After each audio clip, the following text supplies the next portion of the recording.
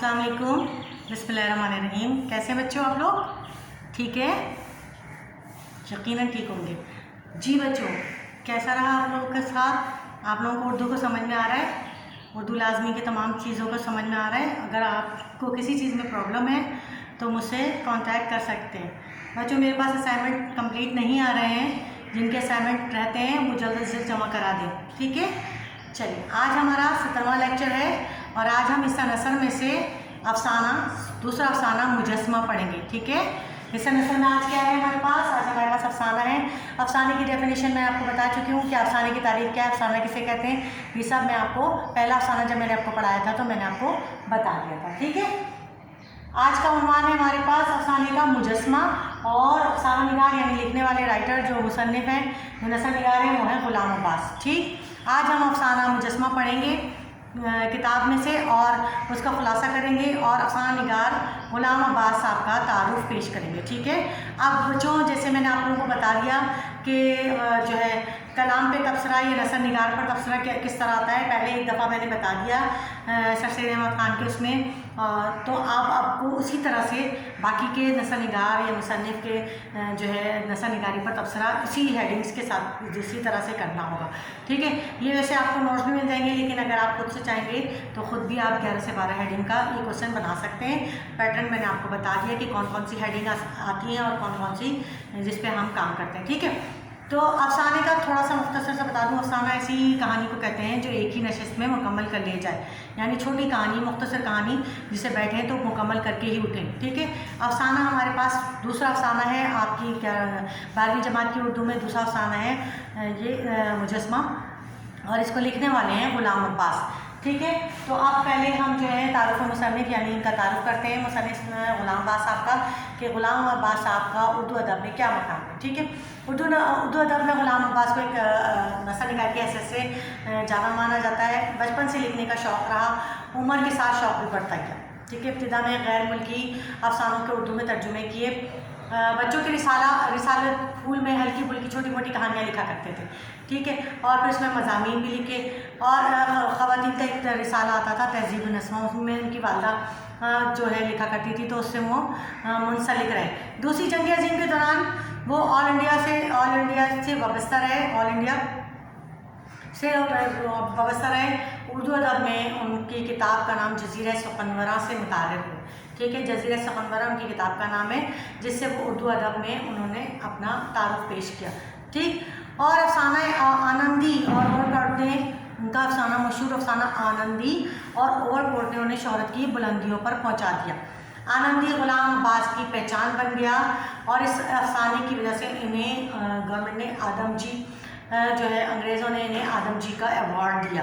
ठीक है, गुलाम अब्बास को शायरी से भी बेहद लगाव था और वो शायरी भी करते थे, लेकिन जब उनसे पूछा गया कि आप शेर क्यों नहीं कहते, तो उन्होंने कहा मुझ पर एक दौर ऐसा भी आया कि मैं शेर कहने लगा, मुझे वो कुछ गैर प्यारी से महसूस होने लगे, तो मैंने उनको तल्फ कर दिया, यानी मैंने उनको ख़त्म कर दिया। ठीक है, और उर्दू अदब में जो है गुलाम अब्बास एक जो है अफसाना निगार के हैसियत से मौजूद हैं, और उनकी अफसाना निगार की हैसियत से उनकी जो वैल्यू है वो उनके बारे में नाक़दीन क्या कहते हैं उनके बारे में, तो मैं आपको थोड़ा सा बता दूं कि सैयद अनवर कहते हैं कि 1947 ने हमें 2 तोहफ़े दिए। ठीक है, 1947 की जंग आज़ादी के बाद हमें 2 तोहफ़े दिए, एक पाकिस्तान और दूसरा गुलाम अब्बास। गुलाम अब्बास एक अफसाना निगार की हैसियत से मशहूर हैं, और उन्होंने आनंदी और कोट के ज़रिए उन्होंने आलमी शोहरत अख्तियार की, और उन्होंने अपनी मेहनत से उर्दू अफसाने में एक नई राह निकाली। इनसे पहले ऐसा जो है असलूब लिखने वाला पैदा नहीं हुआ। ये कौन कहते हैं? ये इनके बारे में कहते हैं सैयद अनवर। ठीक है, फिर अहमद जमाल पाशा उनके बारे में कहते हैं गुलाम अब्बास की कहानी मुजस्मा इनकी कमाल फ़न का मुजस्मा है। आनंदी, जाड़े की चांदनी, कैनवस, जज़ीरा सुकनवरा, ये इनके अफसानवी मजमूए हैं। ठीक है, ये था छोटा सा खुलासा, ये छोटा सा तारुफ गुलाम अब्बास साहब का। अब आते हैं हम मुजस्मा अफसाने की तरफ। ठीक है बच्चों, किताबें निकालिए और अफसाना निकालिए मुजस्मा। ठीक है, मुजस्मा देखें, इसमें गुलाम अब्बास लिखा है। गुलाम बादशाह अपनी हसीन जवान मलका को दीवानावार चाहता था, मगर दिल में इसकी उल्फत पर नाज करती थी, मगर फितरतन वो औरतों के उस बहियों और खूबसूरत तक से थी जो दुनिया में किसी का सामन होकर नहीं रहता। देखिए बच्चों, मैं पूरा खुलासा पूरा सबक तो पढ़ नहीं सकती क्योंकि टाइम शॉर्ट है, लिहाजा आप इसको घर में पढ़िएगा। मैं इसका खुलासा आपको पेश कर देती हूँ। ठीक, तारुफ मुसन्निफ मैंने आपको पेश कर दिया, अब मैं इसका जो है खुलासा आपको पेश कर रही हूँ। तो आप लोग इसे घर में पढ़िएगा तो आपको ये अफसाना बहुत अच्छी तरीके से समझ में आ जाएगा। अगर आप इसे घर में रीडिंग नहीं करेंगे तो आपको फिर अफसाना समझ में नहीं आएगा, लिहाजा कोशिश पूरी कीजिएगा कि इसे घर में भी थोड़ा सा रीड कर सकें। ठीक है, अब देखिए, बादशाह जो है अपनी हसीन और जमील मलका को बहुत चाहता था। इसमें बादशाह और मलका की कहानी है, दो किरदार हैं, दो इम्पॉर्टेंट किरदार हैं।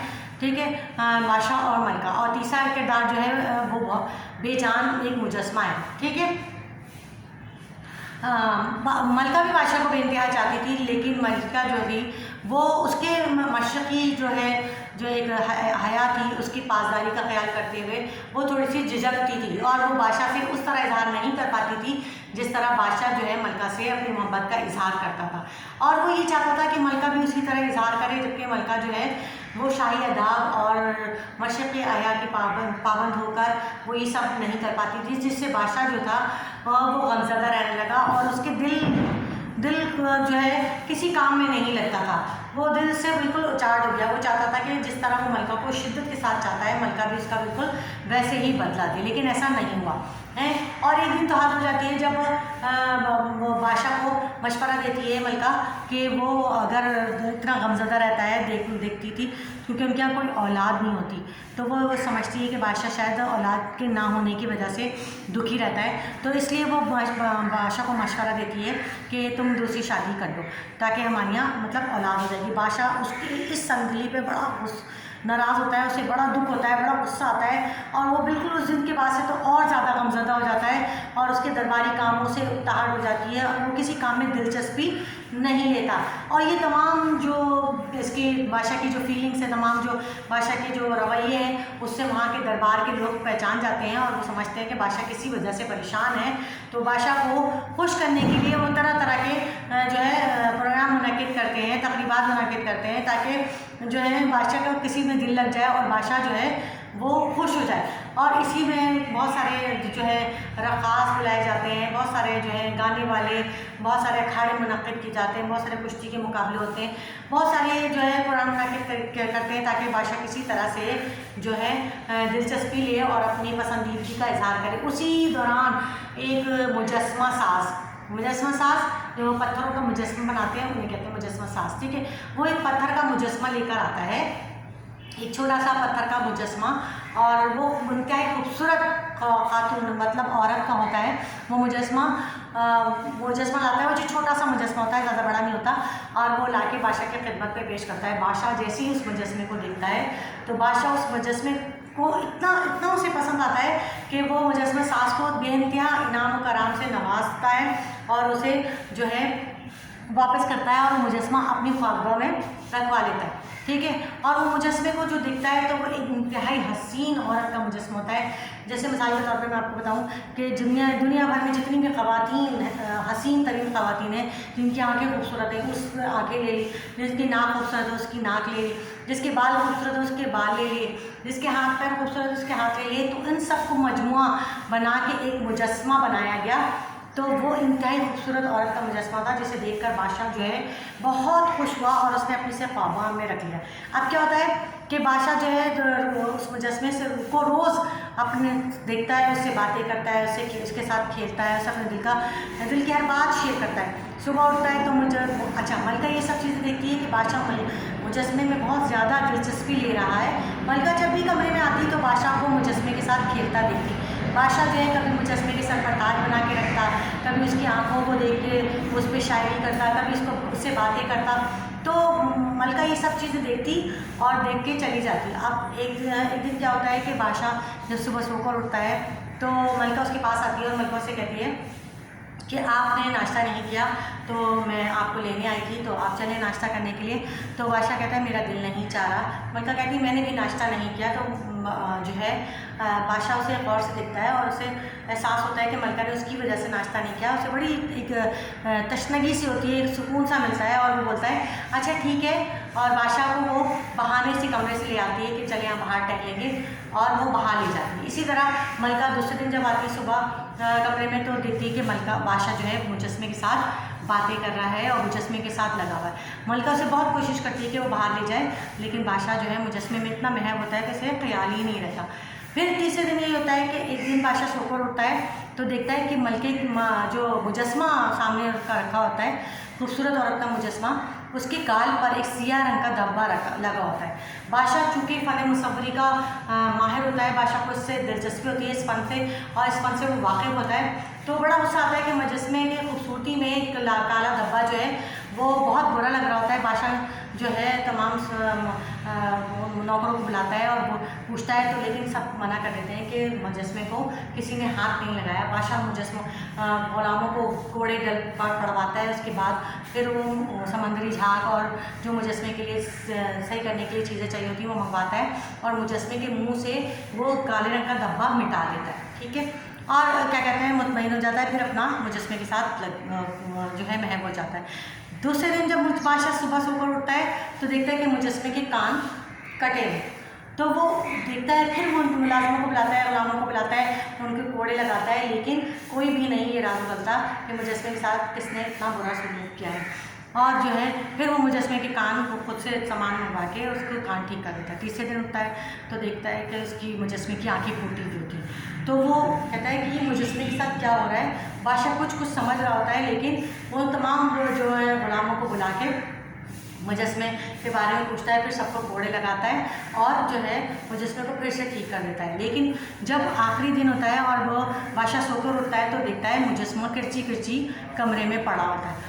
वो बड़ा परेशान होता है और वो बहुत जो है दुखी होता है कि मुजस्मा किरची किरची उसके कमरे में पड़ा होता है, टूट के संगमरमर का मुजस्मा ज़मीन पर पड़ा होता है। और थोड़ी देर के बाद मलका आती है और बादशाह के कदमों में अपना सर रखकर माफ़ी मांगती है, क्योंकि मुजस्मा जो है वो मलका ने ही तोड़ा होता है और मलका इस बात को कबूल कर लेती है। तो ये था मुजस्मा के औरत की नफ्सियात गुलाम अब्बास साहब ने इस मुजस्मा जो है सबक में बताइए, अफसाने में बताइए।